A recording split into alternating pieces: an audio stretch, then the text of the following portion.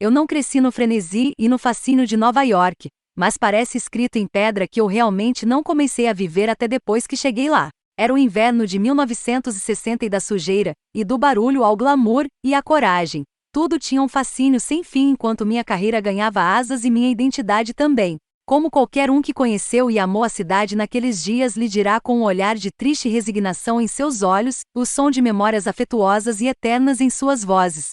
As mudanças seguiram o caminho do metrô elevado e do telefonema de níquel, cobrando pesado tributo a uma cidade que uma vez nos atraiu, para suas infinitas possibilidades como ursos ao mel. Uma das coisas que mais sinto falta entre seus tesouros é a habitual cadeia de restaurantes deliciosos e baratos Horn e Ardard, conhecidos por todos como, simplesmente, o Automa. Há muito tempo, em uma América distante, você sabe, os antigos dias de 2018 e 2019. Filmes independentes poderiam deixar sua marca no Megaplex, e alguns deles poderiam ser documentários.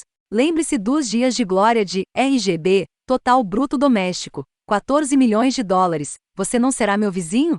22,8 milhões de dólares, Três Estranhos Idênticos, 12 milhões de dólares, Eles Não Envelhecerão, 18 milhões de dólares, e Apollo 11, 9 milhões de dólares. Não estou dizendo que The Automa de Lisa Hurwitz, se tivesse sido lançado naqueles dias agora possivelmente vencidos, poderia ter se juntado à empresa comercial desses filmes, embora talvez pudesse. Mas quando assisti a este maravilhoso documentário no Film Forum em Nova York, o público ficou em êxtase. Não era um público de jovens, era o tipo de gente mais velha que, estatisticamente falando, não ia ao cinema. Mas eles acabaram para este, e quando eu saí no final, um monte de espectadores de meia idade, a mais velhos, estavam alinhados para o próximo show. Às vezes, o poder viral da emoção do filme é sobre evidências anedóticas.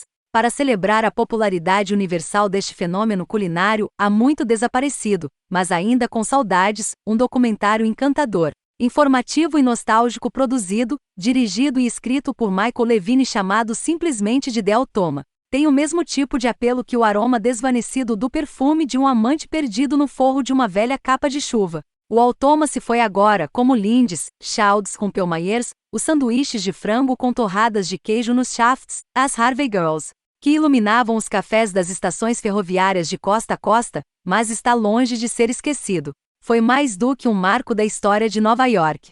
Foi único. Como Mel Brooks diz no início do filme, tinha pequenas janelas de vidro emolduradas em latão com maçanetas.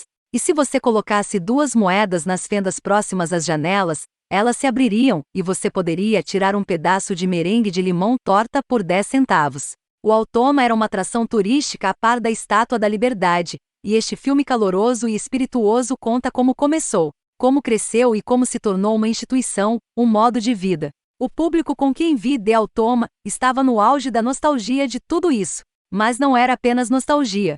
The Automa explora tantos aspectos ressonantes do que a América costumava ser que assisti-lo é ser arrastado para um devaneio encantador e profundamente melancólico. Concedido, este é um filme com um tema muito nova-iorquino. Os lendários restaurantes Automa que pertenciam e eram operados pela Horn e Ardard em exatamente 2 cidades, Nova York e Filadélfia. O Império Horn e Ardard durou mais de meio século. Até a era do McDonald's, os Automates alimentavam mais pessoas, todas as semanas, do que qualquer outra cadeia de restaurantes nos Estados Unidos. O que era o autômato? O conceito era tão simples quanto uma máquina de refrigerantes, tão eficiente quanto uma cafeteria e tão mágico quanto um Nickelodeon. Em um automa, você enfrentava uma parede de pequenas portas de vidro, e atrás de cada uma havia um item de comida em um prato: sanduíches de presunto, tortas de frango ou carne, macarrão com queijo, bife Salisbury, creme de espinafre, feijão cozido, sopa de mariscos, torta de maçã e ruibarbo. Você colocou uma moeda na fenda, abriu a janela e tirou o prato, e foi lá. Um lanche ou uma refeição era sua. O café, que também era um níquel, saía de uma torneira com cabeça de cobre que parecia um golfinho gárgula, foi modelado nas esculturas das fontes italianas.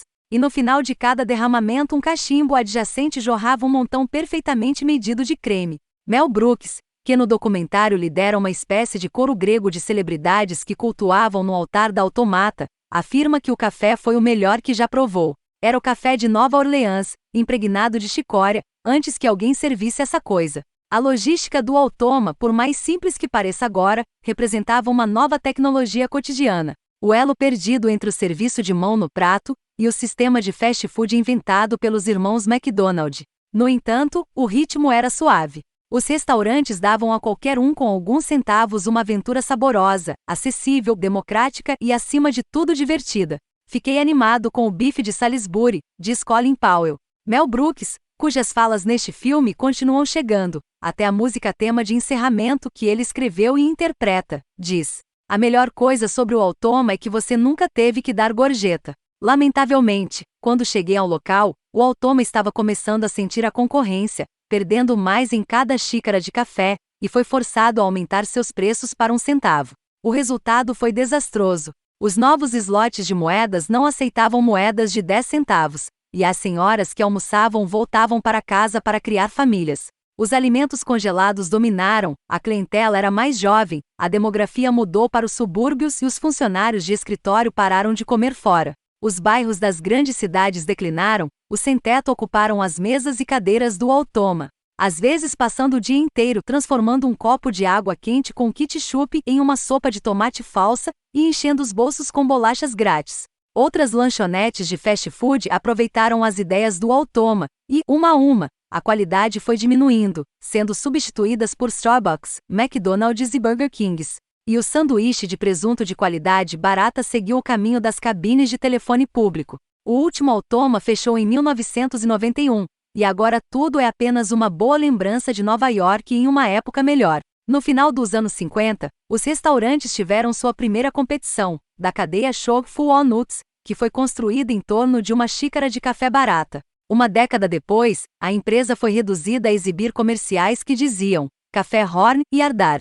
É tão bom que perdemos dinheiro com isso. POC era verdade. Quando eles tiveram que aumentar o preço do café daquele icônico níquel para 2, a escrita estava na parede do Automa. Nos 2 anos da pandemia, à medida que os americanos ficaram mais isolados uns dos outros, grande parte da conversa que evoluiu sobre o futuro, reuniões de Zoom, ficar em casa do escritório, transmissão, está enraizado nos milagres da conexão remota. Nossa tecnologia agora ajuda a nos manter separados. Mas o Automa era o oposto de tudo isso. Ele usou uma façanha da engenharia americana como um ímã para atrair as pessoas. Diz uma testemunha, era uma visão incrivelmente otimista do que o futuro poderia ser. The Automa sugere que talvez precisemos voltar a esse futuro. Este filme agradável chega ao cerne do significado do Automa, cortando o cerne de seu impacto social em Nova York e no mundo em mudança em que vivemos. Mel Brooks resume melhor. Tinha algum estilo e era diferente. O mármore, o latão, os pisos polidos, a conversa, o café, isso era o Automa. Não pode funcionar novamente porque a logística e a economia de hoje não permitirão que algo tão simples, ingênuo, elegante e bonito floresça novamente. De freiras e socialites e Audrey Hepburn, jogando seu níquel na fenda enquanto esfregava cotovelos com adolescentes negros do Bronx. A miríade de imagens em The Automat me lembra uma série de belas pinturas de Edward Hopper. O Automa era propriedade do povo, e são as pessoas que o amavam, lembram-no com paixão, e ainda derramam uma lágrima quando o mencionam agora.